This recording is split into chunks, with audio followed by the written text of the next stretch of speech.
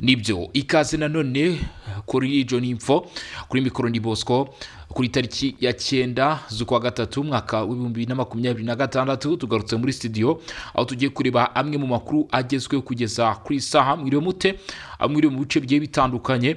Tugiye kuba rero twakwinjana muri amakuru aho ngiye kumvikana ibitero bya za drone ndetse amakuru akaba agaragaza ko usibye ibyo bitero leta ya Kinshasa yatangiye kwamagana barusabira mu nduru ndetse kandi igereka ku Rwanda n'umutwe wa 23 ibirego byo kuba uyu mutwe ndetse n'iki gihugu bakomeje gusahura umutungo w'amabuye y'agaciro cyangwa se mu buryo bw'amabuye y'agaciro uri Rubaya ndetse bigakorwa mu buryo butari ubwanya bwo aho bigira ingaruka zikomeye cyane zigeza no ku rupfu kuri bamwe mu baturage. Ibyo turaza kubigarukaho ndetse turareba kandi nanone aho umuryango wa Afurika y'Uburasirazuba yase wagize ibyo utangaza cyangwa se umaze kugira ibyo uvuga. Uyu muryango watangaje iki dore ko byanatunguranye cyane kumva ibyo uyu muryango watangaje uvuga ko cyangwa se ugarukana none ku bijyanye no kuba ngo amafaranga atangwa n'umuryango wa Afurika yunze ubumwe kuri kesi hanga mu burasirazuba bwa Repubulika Demokarasi ya Kongo mu gukemura ikibazo binyuze mu buhuza yaba ari make. Ese abana bo baba ari barusahurira mu nduru dore ko Repubulika Iharanira Demokarasi ya Kongo byakomeje kugenda bigaragara ko yugarijwe n'ibyo bibazo nkuko naje kubishyira hanze. Itangazo leta ya Kinshasa yavuzemo iby'uyu mutwe wa M23 ndetse na leta y'u Rwanda twarishyize mu groupe yacu ya WhatsApp yasonga mbere iraza kugaragaramo ko baza kuza kunyarukiramo cyangwa se kubaza kuza kugerayo. Ariko rero ngiye kuba nababwira ibyo ubutegetsi bwavugaga ibyo ari byo, hanyuma rero wowe igira hino rwose tubane muri aya makuru. Ndetse ku bantu mwamaze gukanda subscribe bravo, kuba tarabikora nizere ko muza kubikora, ababikoze sava likinga kabisa ni kuri ako gafresh. Ibitekerezo cyangwa se inyunganizi muri comment kubijyanye n'amakuru tugenda tubagezaho muraza kubibona cyangwa se muraza kuba mubyiyumvira. Reka tuduhere cyangwa se dutangirire ku bijyanye n'iby'aya makuru ya Rubaya.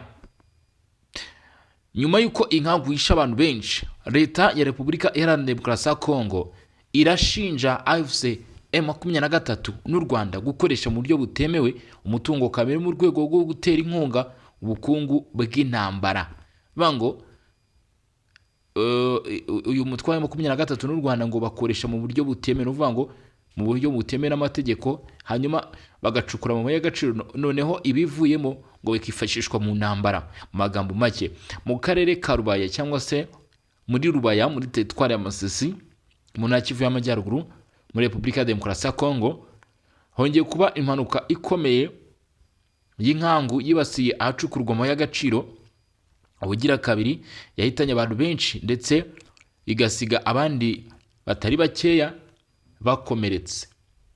bakomeretse abenshi rwose barahaguye. Ngira ngo murabizi ko ari kuwa rw'ubungu abantu bagira muri 700 mu gihe cy'ukwezi kumwe nako kutageze. Iyi manuka yabaye kuwa gatandatu tariki 7 Werurwe 2026, ubwashize iminsi ngahe, iminsi igera kuri 2 iyi manuka ibaye nyuma yaho imvura nyinshi yari maze iminsi igwa igatuma ubutaka butwarwa n'inkangu igahitana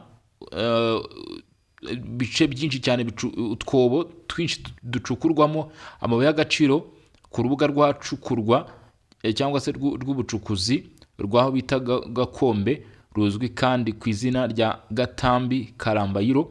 Urubuga ruhereye mu gace ka P16,159 ka sosiyete Sakima.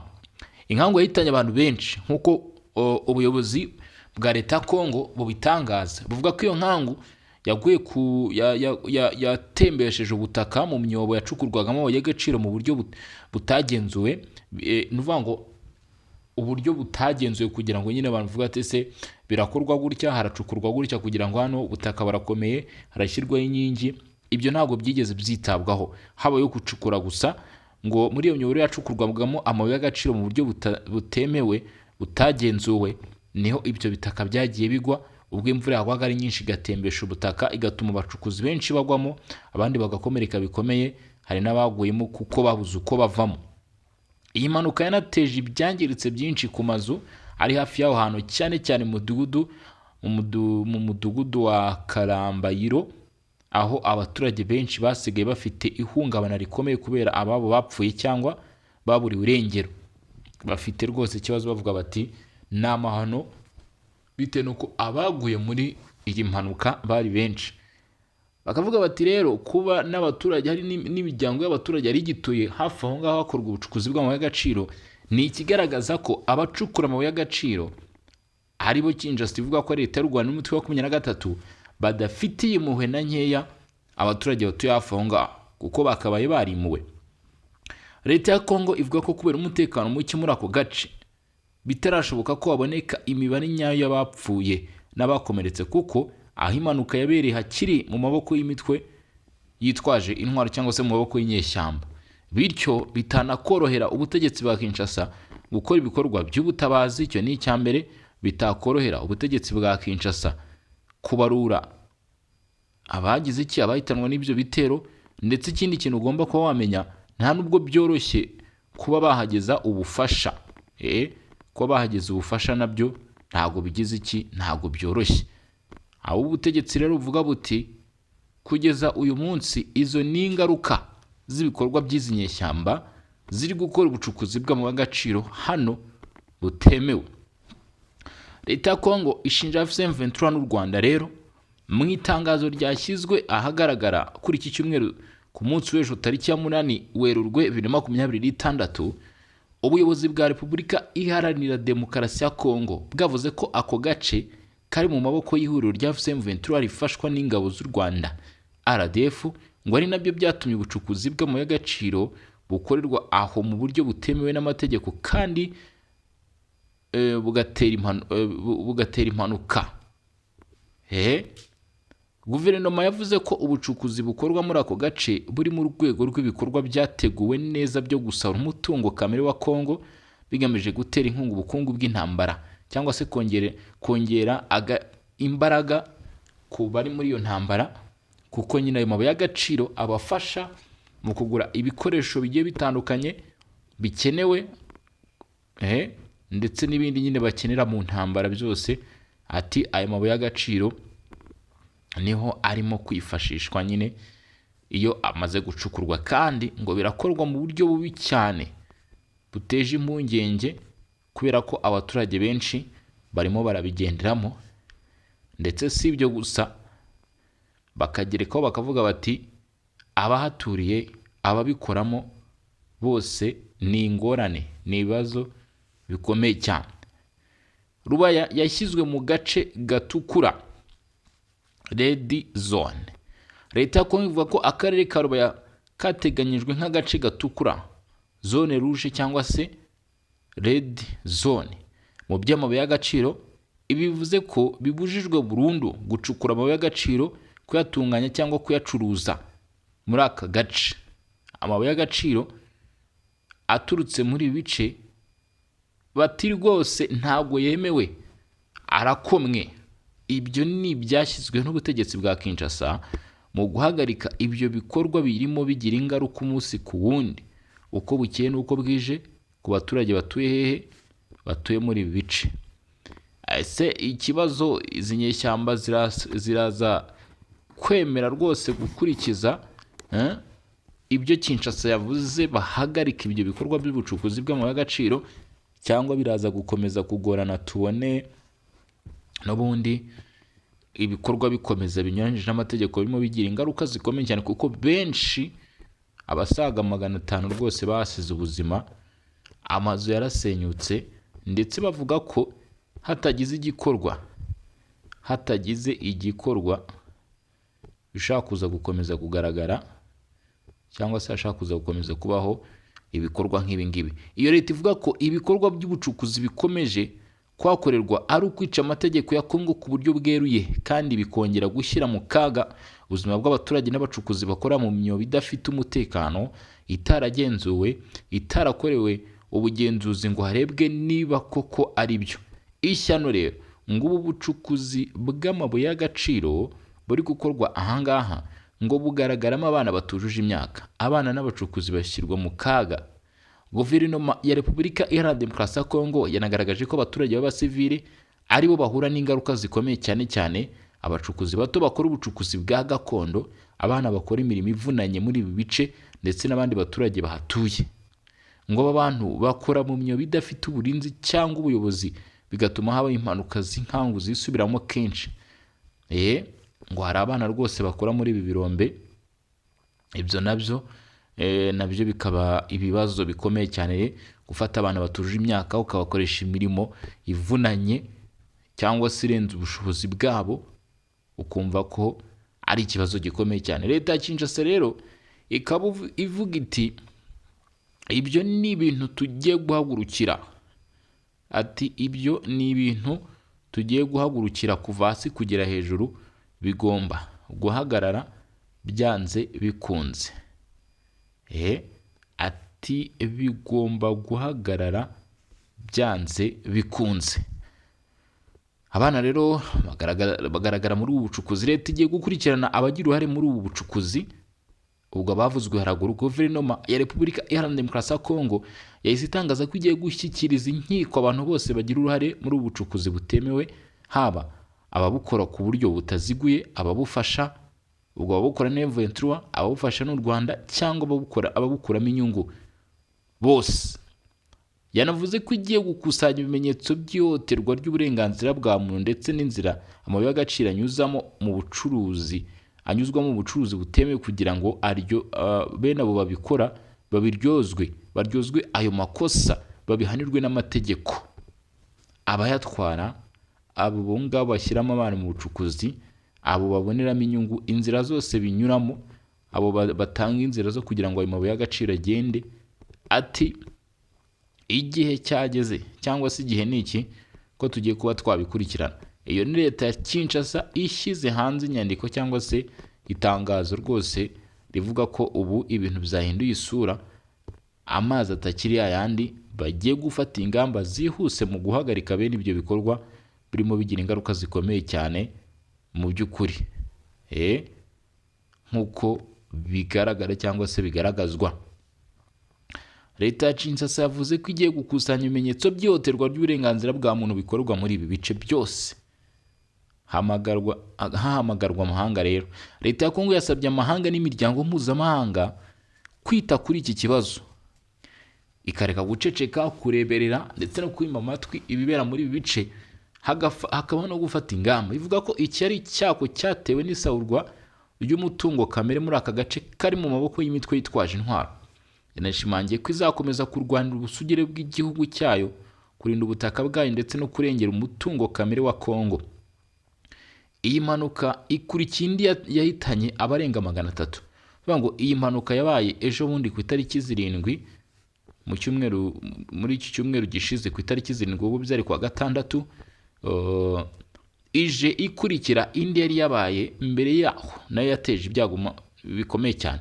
Iyi nkangu ibaye hashize igihe kitageze ku kwezi, habaye indi mpanuka ikomeye mu gace kamwe ka Rubaya yahitanye abantu barenga 300.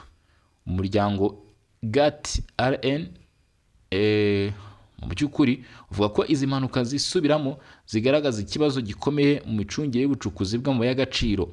Ibyifuzo by'imiryango yigenga, uyu muryango wasabye Guverinoma ya Repubulika Iharanira Demokarasi ya Kongo gushyiraho uburyo bwemewe bwo gucunga ubucukuzi bwa gakondo kugira ngo haboneke amabwiriza akomeye y'umutekano, gukora iperereza ryigenga ku mpamvu n'ababigizemo uruhare muri izi mpanuka, gushimangira uburyo bwo gukurikirana inkomoko y'amabuye y'agaciro kugira ngo hirindwe ubucuruzi bw'amagendo ari nabwo buteza ibibazo byose.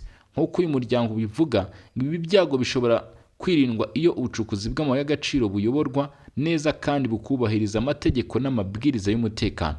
Hatariko igihe bidakozwe gutyo bishobora guteza ibyago bikomeye cyane. umuryango wa Afurika y'Iburasirazuba wasabye ko umuryango wa Afurika yunze ubumwe wongera ubushobozi bw'amafaranga n'ibikoresho mu gukemura ikibazo cy'umutekano mu burasirazuba bwa Repubulika Iharanira Demokarasi ya Kongo. Bamwe baravuga bati ese ibi byaba ari byo cyangwa nanone nibarusahurira mu nduru bishakira yawe gushyira mu mifuka yabo. Reka turebe uko bimeze, nawe uraza kwiyumvira. Abakuru b'ibihugu bigize umuryango wa Afurika y'Iburasirazuba EAC basabye umuryango wa Afurika yunze ubumwe gushyigikira ibyimazeyo gahunda yo kunga ubumwe igamije kugarura amahoro mu burasirazuba bwa Repubulika Iharanira Demokarasi ya Kongo, cyane cyane mu kuyishyigikira mu buryo bw'amafaranga financial n'ibikoresho bikenewe kugira ngo ibiganiro by'amahoro bigende neza.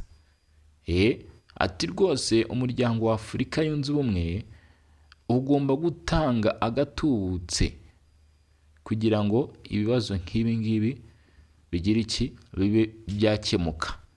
Iyo EAC ivuga ko ikeneye ubundi bushobozi. Abakuru b'ibihugu bigize umuryango wa Afurika y'Iburasirazuba ibi babitangaje nyuma y'inama 25 y'abakuru b'ibihugu by'umuryango wa Afurika y'ibiyaga bigari yabereye i Arusha muri Tanzania kuwa gatandatu tariki 7 Werurwe 2026. Iyo nama yibanze ku gushaka uburyo bwo gukemura ikibazo cy'umutekano muke n'ibibazo by'ubutabazi bikomeje kugaragara mu burasirazuba bwa Repubulika Demokarasi ya Kongo, aho hari amakimbirane akomeye hagati ya leta ya Kinshasa n'u Rwanda ndetse n'intambara ihanganishije leta ya Kongo n'umutwe wa AFC M23. Umuryango wa Afurika yunze ubumwe ngo urasabwa kongera imbaraga muri gahunda yo kunga amahoro. Mu itangazo ryasohotse nyuma y'iyo nama, abakuru b'ibihugu bya EAC bagaragaje ko ari ngombwa ko umuryango wa Afurika yunze ubumwe uha ubushobozi buhagije gahunda yayo yo guhuza impande zishyamiranye kugira ngo ibiganiro bigerweho vuba kandi bikomeze kugerwaho mu buryo burambye. Iryo tangazo rigira riti inama y'abakuru b'ibihugu yasabye umuryango wa Afurika yunze ubumwe gutanga ubushobozi bw'amafaranga n'ibikoresho bikenewe mu gushyigikira gahunda y'ubuhuza iri kuyoborwa n'umuryango wa Afurika yunze ubumwe ku kibazo cy'umutekano mu burasirazuba bwa Repubulika Demokarasi ya Kongo kugira ngo ibiganiro bigerweho vuba kandi bigere ku ntego yabyo.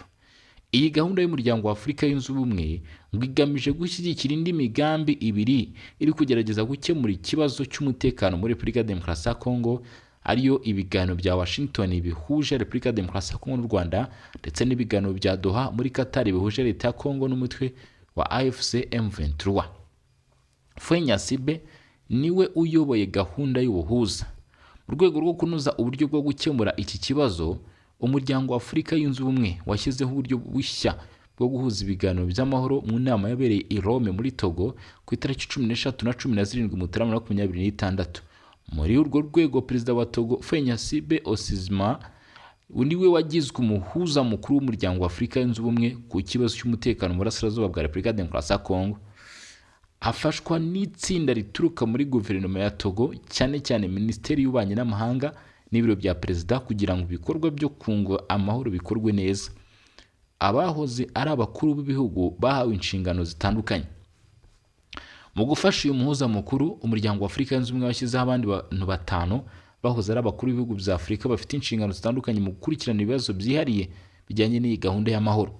Abo ni Olusegun Obasanjo wahoze ari perezida wa Nigeria ushinzwe ibibazo by'umutekano bya gisirikare, harimo Sahel Workers Award wahoze ari perezida wa Ethiopia ushinzwe ibibazo by'ubutabazi n'imibereho y'abaturage, Uhuru Kenyatta wahoze ari perezida wa Kenya ushinzwe ibiganiro n'imitwe yitwaje intwaro yo mu karere, hari uwo bita Mokwetsi Masisi wahoze ari perezida wa Botswana ushinzwe ubufatanye mu by'ubukungu hagati y'ibihugu byo mu karere, hari bita Catherine Samba Panza wahoze ari perezida wa Repubulika ya Centrafrique ushinzwe ibijyanye n'imiryango civile, ubwiyunge n'uruhare rw'abagore mu kubaka amahoro.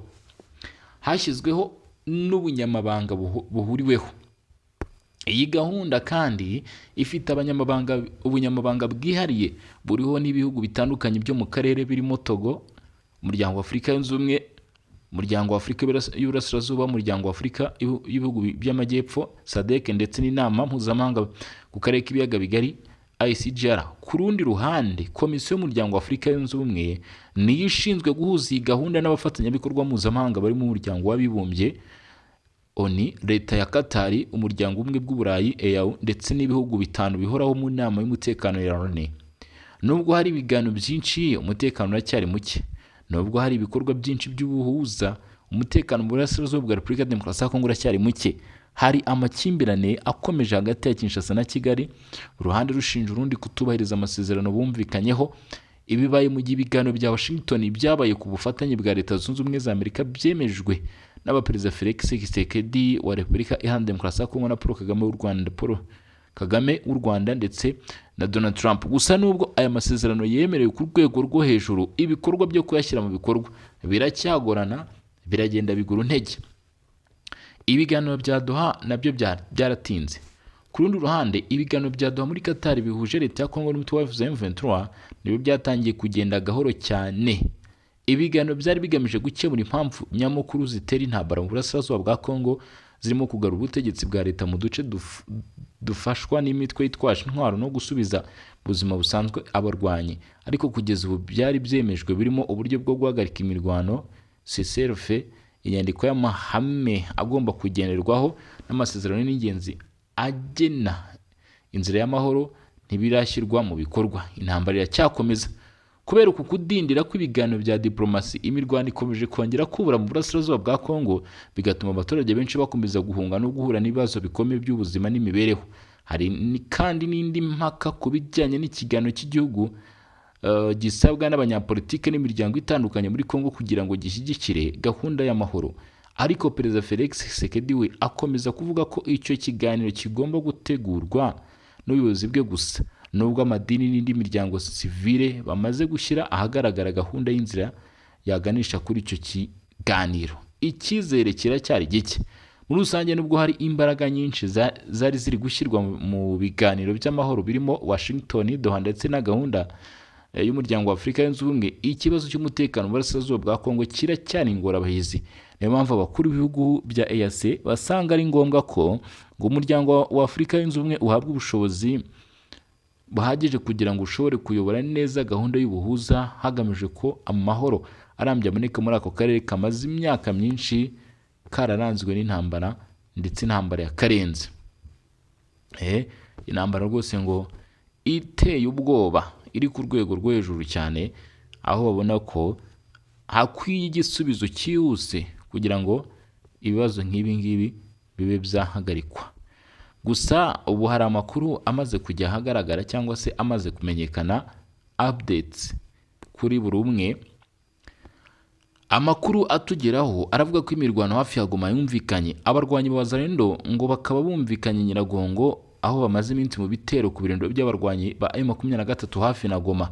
Ngo abarwanyi ba Wazalendo barimo kugerageza uburyo bashobora kwirukana M23 ndetse no kubohoza Goma hamwe na FARDC ingabo za Repubulika ya Demokarasi ya Kongo. Hari ubwoba bw'uko ibi bice Wazalendo bari kugabamo ibitero mu birindiro bya M23 bishobora kuza kuba nk'uko byabaye za Rubaya ndetse n'ahandi no muri Kivu y'Amajyepfo, kuko ubu ngubu Wazalendo byagaragaye kuri kubanza ikagaba ahantu ibitero bisanzwe, ndetse hagakurikiraho ibitero bya drones z'igisirikare cya Leta ya Kongo biza birimbura aba barwanyi.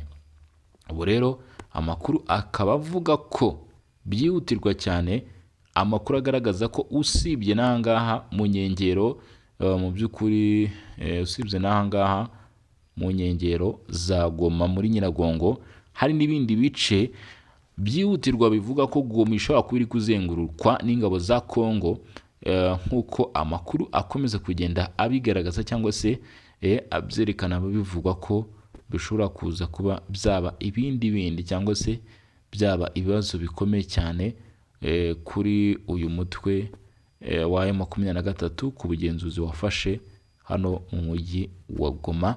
Nk'uko bigaragara, igisirikare cya Leta ya Kongo M23 impande zose ziryamiye amajanja kuri uyu mujyi. Mu bigaragara ibintu bishobora guhinduka isaha iyo ari yose cyangwa se umunota uwo ari wo wose. Nge rero kambashimire mbabwire ni mwakoze cyane kudukurikirana kugeza kuri munota. Turakomeza kugenda tubakurikirana iby'aya makuru. Mu kanya kari imbere turaza tubavira muzi n'umuzingo iby'aya makuru ari kuvugwa mu nkengero z'umujyi wa Goma ndetse n'ahandi, umenye uko biraba byifashe, kuko ngiye kuba nsubikiye ahangaha. Turaza gusura mu masaha ari imbere rero tureba uko bihagaze. Murakoze cyane, mukomeze kuryoherwa.